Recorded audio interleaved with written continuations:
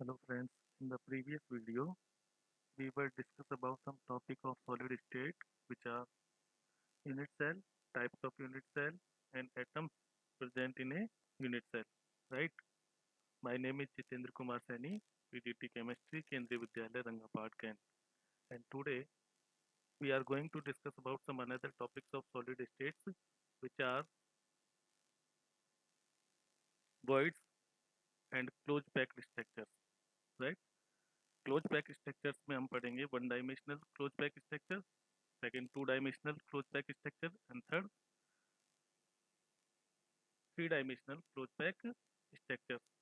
और जब इन स्ट्रक्चर्स का फॉर्मेशन होगा तो इसमें कुछ स्पेस रह जाएंगे बिटवीन द पार्टिकल्स, उन्हें हम क्या कह देंगे, वॉइड्स और इंटरस्पेस और इंटरस्टिशियल साइट्स। तो आज के वीडियो में हम ये डिस्कस करने वाले हैं, राइट। तो हमारा टॉपिक स्टार्ट करते हैं। पहला टॉपिक है close pack structures, right. In the formation of crystal, the constituent particles get closely packed together. The closely packed arrangement is that in which maximum available space is occupied, leaving minimum vacant space. It means that कि जब हम किसी भी crystal का formation करते हैं या किसी सॉलिड का फॉर्मेशन होता है तो कॉन्स्टिट्यूएंट पार्टिकल्स क्लोजली पैक होते हैं और इतने पास होते हैं कि उनके बीच में जो स्पेस है वो क्या हो, कम से कम हो, मिनिमम स्पेस हो, जिसे हम वॉइड का नाम देंगे आगे जाके, ठीक है। तो एक क्लोज पैक स्ट्रक्चर में constituent particle strong attraction force के द्वारा स्ट्रॉन्गली पैक हो जाते हैं और एक क्रिस्टल का, एक सॉलिड का फॉर्मेशन करते हैं। हम 3D क्रिस्टल का फॉर्मेशन करने के लिए इसे तीन कैटेगरी में डिवाइड करेंगे। यानी पहले हम पढ़ेंगे close packing in one dimensional, second close packing in two dimensional and third हम close packing in three dimensional. यानी पहले हम वन डायमेंशनल स्ट्रक्चर का फॉर्मेशन करेंगे, उससे टू डायमेंशनल का फॉर्मेशन करेंगे और टू डायमेंशनल की हेल्प से थ्री डायमेंशनल स्ट्रक्चर को हम समझने की कोशिश करेंगे। For better understanding of closed pack structures, we can use identical hard sphere of equal size to represent atom in a metal in terms of close packing of identical spheres. As we know that the crystals have many different type of structures, right? But हम crystal का formation समझने के लिए, 3D structure को समझने के लिए हम क्या कर रहे हैं कि कॉन्स्टिट्यूएंट पार्टिकल की शेप को आइडेंटिकल कर देते हैं। यानी जितने भी क्रिस्टल का फॉर्मेशन हुआ है उनमें कॉन्स्टिट्यूएंट पार्टिकल की स्ट्रक्चर को हमने क्या मान लिया है, गोलाकार स्फीयर के फॉर्म में हमने उसको क्या कर लिया है, मान लिया है। तो हम पहले स्ट्रक्चर पढ़ते हैं close packing in one dimensional. तो इस तरह की स्ट्रक्चर का फॉर्मेशन करने के लिए जैसा कि आपको इमेज में शो हो रहा है कि स्पेयर्स को एक रो में अरेंज किया गया है, एक सिस्टमेटिक वे में अरेंज किया गया है। तो हम देखते हैं कि प्रत्येक स्पेयर यानी each and every spheres are connected with two nearest spheres, right. यानी इस तरह की स्ट्रक्चर में किसी भी कॉन्स्टिट्यूएंट पार्टिकल की कोऑर्डिनेशन नंबर क्या होगी, 2 होगी। यहाँ एक टर्म यूज हुई है कोऑर्डिनेशन नंबर। तो व्हाट इज कोऑर्डिनेशन नंबर? तो कोऑर्डिनेशन नंबर हम कैसे कह रहे हैं कि कोई भी कॉन्स्टिट्यूएंट पार्टिकल वो कितने अदर कॉन्स्टिट्यूएंट पार्टिकल से डायरेक्टली कनेक्ट है। वो जितने कॉन्स्टिट्यूएंट पार्टिकल से डायरेक्टली कनेक्ट है वो उसका क्या होता है, कोऑर्डिनेशन नंबर होता है, राइट। इसके बाद हम पढ़ते हैं close packing in two dimensional. जब हमने वन डायमेंशनल स्ट्रक्चर का फॉर्मेशन किया तो स्पेयर्स की केवल स्ट्रक्चर हमने एक रो अरेंज की थी, राइट। अब हम उसके साइड में second row, third row, fourth row, ऐसे हम many many types of row क्या कर देते हैं, अरेंज करते हैं। तो एक लेयर बनाते हैं, रो हम एक लेयर बनाते हैं किसकी, कॉन्स्टिट्यूएंट पार्टिकल की। तो एक टू डायमेंशनल स्ट्रक्चर का फॉर्मेशन हो जाता है। अब इसके अरेंजमेंट के बेस पे हमें दो तरह की टू डायमेंशनल स्ट्रक्चर का फॉर्मेशन हम यहाँ पर कर सकते हैं, जैसा कि इस इमेज में शो हो रहा है। अगर हम कॉन्स्टिट्यूएंट पार्टिकल को एक सिमिलर मैनर में अरेंज करें, यानी जैसी फर्स्ट रो है same like second row arrange करें, उसी तरीके से थर्ड रो अरेंज करें, फोर्थ रो अरेंज करें, यानी हम जितनी भी रो अरेंज करेंगे उसमें कॉन्स्टिट्यूएंट पार्टिकल का क्या होगा, सेम अरेंजमेंट होगा। तो एक स्ट्रक्चर बन के आएगी, उसे हम क्या कहेंगे, square 2D structure, right. Square 2D structure. अब स्क्वायर नाम क्यों दे रहे हैं, जैसा कि इसकी इमेज में हमें शो हो रहा है, क्या शो हो रहा है कि एक कॉन्स्टिट्यूएंट पार्टिकल चार कॉन्स्टिट्यूएंट पार्टिकल से क्या है, डायरेक्टली कनेक्ट है। अगर हम इन चारों कॉन्स्टिट्यूएंट पार्टिकल के सेंटर को ज्वाइंट कर दें तो एक स्क्वायर का फॉर्मेशन होता है। इसीलिए इस 2D स्ट्रक्चर को क्या नाम दे दिया गया, स्क्वायर क्लोज पैकिंग। और यहाँ पर कॉन्स्टिट्यूएंट पार्टिकल की कोऑर्डिनेशन नंबर क्या है, 4, राइट। ठीक है। So in this type of two-dimensional structure, the arrangement of spheres are same in all rows. In this arrangement, each sphere is connected with 4 particles. If we join the center of these 4 particles, then a square type structure is formed. Hence, it's called square close packing and its coordination number is 4, right? लेकिन अगर हम इन constituent particle का arrangement change करते हैं तो एक नई 2D structure का फॉर्मेशन होता है। कौन सी होगी, हेक्सागोनल क्लोजेस्ट पैकिंग, राइट। यानी हमने पहले वन डायमेंशनल स्ट्रक्चर का फॉर्मेशन किया, फिर जब हम सेकंड रो अरेंज कर रहे हैं तो सेकंड रो के जो स्पेयर्स है वो फर्स्ट रो के स्पेयर के डिप्रेशन में अगर प्लेस्ड हो जाए तो एक स्ट्रक्चर का फॉर्मेशन होगा जिसमें हम ये देखते हैं कि एक constituent particle directly 6 constituent particle से कनेक्ट है। और अगर हम इनके सेंटर को ज्वाइंट करते हैं तो एक हेक्सागोन का फॉर्मेशन होता है। इसीलिए इस तरह की 2D स्ट्रक्चर को हम क्या कह देते हैं, हेक्सागोनल क्लोजेस्ट पैकिंग। और जैसा कि इमेज में शो हो रहा है, एक स्फीयर 6 स्फीयर से डायरेक्टली कनेक्ट है तो इसका कोऑर्डिनेशन नंबर क्या होगा, 6, right. Right. In this type of close packing the spheres are packed in such way that the spheres in next row are placed in the depression between the spheres of previous row. Hence, in this arrangement, each particle is connected with 6 particles. If we join the center of these particles, then a hexagonal is formed and its coordination number is 6, right? तो हमने क्या देखा कि पहले हमने one dimensional structure का formation किया और वन डायमेंशनल की हेल्प से हमने टू डायमेंशनल का फॉर्मेशन किया। यानी अब हमारे पास कॉन्स्टिट्यूएंट पार्टिकल की स्फीयर्स की क्या हो गई, एक लेयर का फॉर्मेशन हमने अब कर लिया है। अगर हम इस लेयर के ऊपर कॉन्स्टिट्यूएंट पार्टिकल की second layer, third layer, fourth layer इस तरीके से अरेंज करते हैं तो एक नई स्ट्रक्चर का फॉर्मेशन होगा। वो कौन सी स्ट्रक्चर होगी, 3D स्ट्रक्चर होगी। यानी हम एक क्रिस्टल का फॉर्मेशन कर सकते हैं। अब वो डिपेंड करेगा कि हमने second layer, third layer, fourth layer का अरेंजमेंट किस तरीके से किया है, उसी तरीके से उस क्रिस्टल का नेम हो जाएगा।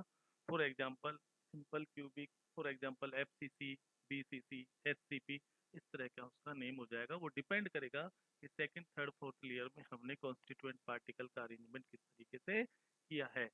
तो नेक्स्ट है हमारा क्लोज पैकिंग इन 3 डायमेंशनल स्ट्रक्चर। इसके लिए हमें नेक्स्ट स्लाइड पर जाना होगा, उसे हम देखेंगे वो हेक्सागोनल क्लोजेस्ट पैकिंग का फॉर्मेशन कैसे करता है। लेकिन फर्स्ट ऑफ ऑल हम स्क्वायर क्लोजेस्ट पैकिंग को पढ़ लेते हैं एक बार। तो 3 dimensional closest packing from 2D square close pack layer, right. यानी हम क्या करते हैं, पहले जो हमने 2D स्ट्रक्चर का फॉर्मेशन किया है, कौन सी, स्क्वायर क्लोज पैकिंग वाली, उसकी हेल्प से हम 3D स्ट्रक्चर का फॉर्मेशन करते हैं। जैसा कि इस इमेज में शो हो रहा है, अगर हम स्क्वायर क्लोज पैकिंग जो 2D स्ट्रक्चर है उसके ऊपर second, third, fourth layer and so on, यानी हम कितने भी लेयर उस पर अरेंज कर सकते हैं, लेकिन उनका अरेंजमेंट ऑर्डर कैसा हो, सेम फर्स्ट लेयर के जैसा हो, तो सभी का अरेंजमेंट सेम होगा तो हमें एक क्रिस्टल का फॉर्मेशन हम कर पाएंगे। और उस क्रिस्टल के फॉर्मेशन में जो यूनिट सेल हमें शो नजर आएगी वो कौन सी होगी, सिंपल यूनिट सेल होगी, राइट। जैसा कि इमेज में हमें शो हो रहा है कि अगर फर्स्ट लेयर के 4 स्पेयर्स सेकंड लेयर के 4 स्पेयर्स अगर डायरेक्टली कनेक्ट हैं और अगर हम उनके सेंटर को मिला दें तो एक सिंपल यूनिट सेल का फॉर्मेशन होता है, right. In these arrangement spheres of both layers are perfectly aligned horizontally as well as vertically, यानी सेम है। Similarly, we place more layer one above the other. This type of packing is called simple cubic packing और A type packing, यानी जितनी भी layer है उनका सबका arrangement कैसा है, सेम है। तो ये हम इस तरह की 3D स्ट्रक्चर का फॉर्मेशन किससे कर सकते हैं, हम स्क्वायर 2D स्ट्रक्चर से कर सकते हैं, राइट। नेक्स्ट आता है हमारे पास हेक्सागोनल, यानी अभी हमारे पास एक 2D स्ट्रक्चर रह रही है, कौन सी, हेक्सागोनल। और हेक्सागोनल स्ट्रक्चर को स्टडी करने के लिए हमने यहाँ एक इमेज का की हेल्प ली है। उस इमेज में हम देख रहे हैं कि each and every spheres are connected 6 spheres, right. तो एक हेक्सागोन का फॉर्मेशन होता है। ये जो इमेज दिख रही है ये कौन सी है, 2D स्ट्रक्चर है। 2D स्ट्रक्चर है तो हमें ये दिख रहा है कि कोई भी आप स्पेयर आप इसमें सेलेक्ट करोगे, उसके चारों तरफ उसके सराउंडिंग में आपको 6 इंटर स्पेस नजर आएंगे, राइट। हमने उनको मार्क किया है किससे, ए बी यानी अल्टरनेटिवली हमने उसको मार्क कर दिया AB से, राइट। यानी एक लेयर में हमें 6 होल्स नजर आ रहे हैं एक ही स्पेयर के चारों तरफ, उन्हें हमने मार्क कर दिया है। अब हम क्या कर रहे हैं, इस हेक्सागोनल से 3D स्ट्रक्चर का फॉर्मेशन कर रहे हैं। तो हमारे पास अरेंजमेंट के many types of way we can arrange the second third layer, right. यानी हम इस पर और भी कई तरीके से हम इस पर सेकंड थर्ड लेयर को अरेंज कर सकते हैं। सपोज अगर हम यहाँ पर ए होल पर पार्टिकल रखते हैं, राइट, तो जो बी होल है वो क्या रह जाएगा, वैकेंट रह जाएगा। यानी केवल ए होल ही फिल हो पाएंगे और बी होल वैकेंट रह जाएगा। लेकिन अगर हम बी होल पर पार्टिकल रखते हैं तो ए होल वैकेंट रह जाएगा। यानी हम अल्टरनेटिवली इन 6 में से केवल 3 होल को क्या कर सकते हैं, फिल कर सकते हैं। किस लेयर में, सेकंड लेयर में, राइट। जैसा कि दूसरे डायग्राम में आपको दिखाई दे रहा है, इसमें क्या किया गया है कि बी होल को फिल किया गया है। तो ए होल बी होल को फिल किया गया है, तो ए होल क्या रह गया है हमारा, वैकेंट रह गया है, राइट। अब ए होल जब वैकेंट रह गया है तो हम देखते हैं कि जो सेकंड लेयर है उसमें हमें ए होल भी दिखाई दे रहा है जो कि फर्स्ट लेयर में ही प्रेजेंट है, और उसके साथ साथ एक नए होल का फॉर्मेशन हो गया है जिसे हमने किससे मार्क किया है, सी से मार्क किया है, राइट। जिसे हमने किससे मार्क किया है, सी से मार्क किया है। अगर हम इस पर थर्ड लेयर अरेंज करते हैं, ठीक है, अब यहाँ दो तरीके हैं थर्ड लेयर अरेंज करने के, कि या तो हम कॉन्स्टिट्यूएंट पार्टिकल को थर्ड लेयर पे को किस पर रखें, ए पर, या किस पर रखें, जो नए होल का फॉर्मेशन हुआ है यानी सी पर। अगर हम सी पर अरेंज करते हैं तो आप देख रहे हो कि जो सी जिस पर लिखा हुआ है वो स्पेयर दब जाएगा, राइट, हाइड हो जाएगा। इट मीन्स दैट अगर हम थर्ड लेयर को सी होल पर अरेंज करते हैं तो जो थर्ड लेयर का अरेंजमेंट है वो किस तरीके से हो जाएगा, फर्स्ट लेयर की तरह हो जाएगा, राइट। यानी यहाँ पर फर्स्ट और थर्ड रो क्या होगी, सेम होगी। इस तरह का अगर कोई क्रिस्टल का फॉर्मेशन होता है तो उसे हम क्या कह देते हैं, हेक्सागोनल क्लोजेस्ट पैकिंग, राइट। देखो, before the formation of 3D structure we can see 2D hexagonal structure. There are 6 holes are present around each sphere which is marked by A and B, right. Now we are going to form 3D structure, so we placed second layer of sphere over the first layer.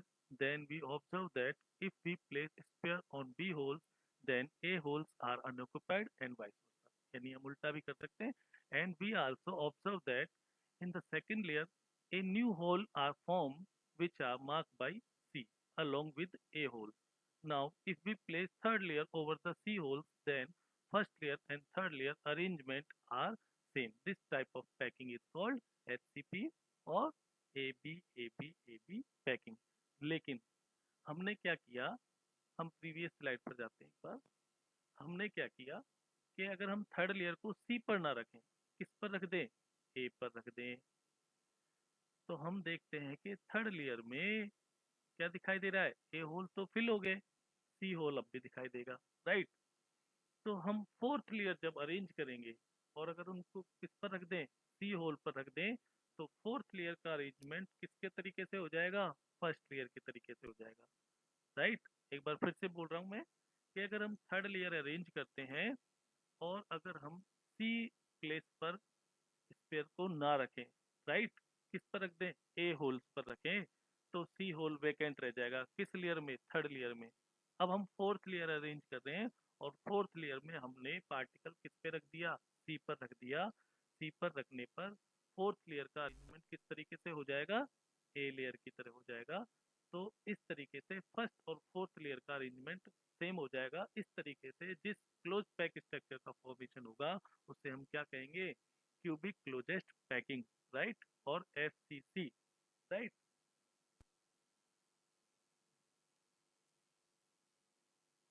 गिरा।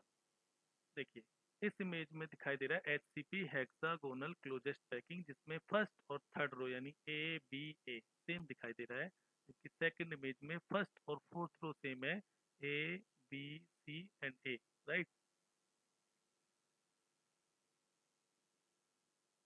First and third row same, कौन सी packing? Hexagonal closest packing, right. लेकिन यहाँ देखिए cubic closest pack, first और fourth layer क्या है? Same है, राइट। तो जो 2D स्ट्रक्चर है, हेक्सागोनल 2D स्ट्रक्चर, उनमें अगर हम पार्टिकल्स का अरेंजमेंट चेंज कर देते हैं तो स्ट्रक्चर भी क्या हो जाती है? चेंज हो जाती है। एक तो बन जाती है हेक्सागोनल क्लोजेस्ट पैकिंग और दूसरी बन जाती है क्यूबिक क्लोजेस्ट पैकिंग स्ट्रक्चर बन जाती है, राइट। इसके बाद जब हम स्ट्रक्चर का फॉर्मेशन कर चुके होते हैं तो उनमें स्पेस रह जाता है, उन स्पेस को पार्टिकल्स के बीच में एक स्पेस रह जाता है, उसे हम क्या कह देते हैं? इंटरस्टिशियल स्पेस कहते हैं, राइट। या क्या कह देते हैं? वॉइड कह देते हैं। अब उस वॉइड का नाम क्या होगा? उस वॉइड का नाम होगा या तो टेट्राहेड्रल वॉइड होगा या फिर ऑक्टाहेड्रल वॉइड होगा, डिपेंड करेगा कि वो कितने पार्टिकल्स के बीच में बन रही है, राइट। जैसे in the close packing of spheres, certain holes or voids are left vacant. These holes or voids in the crystal are called interstitial void or site. Two important voids are tetrahedral और octahedral. इसे पढ़ना इसलिए भी compulsory है because इस void से related क्या आएंगे? आगे न्यूमेरिकल्स आएंगे जिन्हें जिनके बेस पर हम एक कंपाउंड का मॉलिक्यूलर फॉर्मूला हमें निकालना होगा, इवेल्यूएट करना होगा, राइट। तो सबसे पहले हम जानते हैं कि टेट्राहेड्रल वॉइड का फॉर्मेशन कैसे होता है। जैसा कि इस इमेज में शो हो रहा है कि एक लेयर में तीन स्पेयर्स हमें दिखाई दे रहे हैं, राइट। उन तीन स्पेयर्स के बीच में एक स्पेस हमें नजर आ रहा है, राइट। अगर हम उन तीन स्पेयर्स के ऊपर डिप्रेशन में एक स्पेयर और रख दें, राइट, तो जो वैकेंट स्पेस है वो डायरेक्टली कितने एटम से कनेक्ट हुआ? 4 से। तो जो स्पेस है, अगर हम वहां से इनके सेंटर को ज्वाइंट करें तो एक टेट्राहेड्रल स्ट्रक्चर का फॉर्मेशन होता है, जो कि सेकंड इमेज में शो हो रहा है, राइट, ये डॉट के फॉर्म में। तो इस तरह के वर्ड को हम क्या कह देते हैं? टेट्राहेड्रल वर्ड कह देते हैं, right. A spheres in the second layer is placed about three spheres touching one another in first layer, thus the vacant space among four spheres having tetrahedral arrangement is called tetrahedral void, right। इसके बाद octahedral का आता है। This type of voids और site is form at the centre of six spheres, यानी first layer में 3 और second layer में भी 3, लेकिन उनका अरेंजमेंट अपोजिट होगा एक दूसरे से। और बीच में जो सेंटर होगा उस void को हम क्या नाम दे देते हैं? ऑक्टाहेड्रल void कह देते हैं। thus the void formed by two equilateral triangles with apices in opposite direction is called octahedral void। अब यहाँ में ध्यान क्या रखना है? यहाँ में मेमोराइज ये रखना है, there are two tetrahedral voids for each sphere, यानी किसी भी क्रिस्टल में जो एक स्फीयर होगा वो कितनी voids का फॉर्मेशन करेगा? टेट्राहेड्रल voids का 2 टेट्राहेड्रल voids का फॉर्मेशन करेगा। और जो ऑक्टाहेड्रल है वो एक का फॉर्मेशन करेगा, यानी एक स्फीयर 2 टेट्राहेड्रल वॉइड का फॉर्मेशन करेगा और एक ऑक्टाहेड्रल वॉइड का फॉर्मेशन करेगा, right. And there is only one octahedral void for each sphere. अगर हम मान लेते हैं कि किसी क्रिस्टल में, किसी क्लोज पैक स्ट्रक्चर में नंबर ऑफ पार्टिकल कितने हैं? n है, तो उसमें टेट्राहेड्रल वॉइड्स कितनी होगी? 2n, और ऑक्टाहेड्रल वॉइड्स कितनी होगी? 1n, यानी टोटल वॉइड्स कितनी हुई? 3n, right. तो ये आज का डिस्कशन था स्टूडेंट्स। नेक्स्ट वीडियो में हम पढ़ेंगे पैकिंग एफिशिएंसी, राइट। कि अगर हम किसी क्रिस्टल को 100% मानते हैं तो उसमें सॉलिड पार्ट कितना है, वो उसकी क्या होगी? पैकिंग एफिशिएंसी होगी। अब सॉलिड पार्ट डिपेंड किस पे करेगा? यूनिट सेल पे, कि यूनिट सेल कौन सी है उसमें। अगर किसी यूनिट सेल में नंबर ऑफ पार्टिकल्स ज़्यादा है तो उसकी क्रिस्टल की पैकिंग एफिशिएंसी ज़्यादा होगी। अगर किसी यूनिट सेल में पार्टिकल्स कम है तो उसकी पैकिंग एफिशिएंसी कम होगी। For example face centred unit cell, यानी किसी क्रिस्टल का फॉर्मेशन अगर फेस सेंटर्ड यूनिट सेल से होता है तो उस क्रिस्टल की पैकिंग एफिशिएंसी क्या होगी? ज़्यादा होगी, because we know that face centred unit cell में 4 पार्टिकल होते हैं, राइट। जबकि सिंपल यूनिट सेल में केवल वन पार्टिकल होता है। तो अगर सिंपल यूनिट सेल से किसी क्रिस्टल का फॉर्मेशन होता है तो उसकी पैकिंग एफिशिएंसी क्या होगी, सबसे कम होगी, right. Thank you for watching.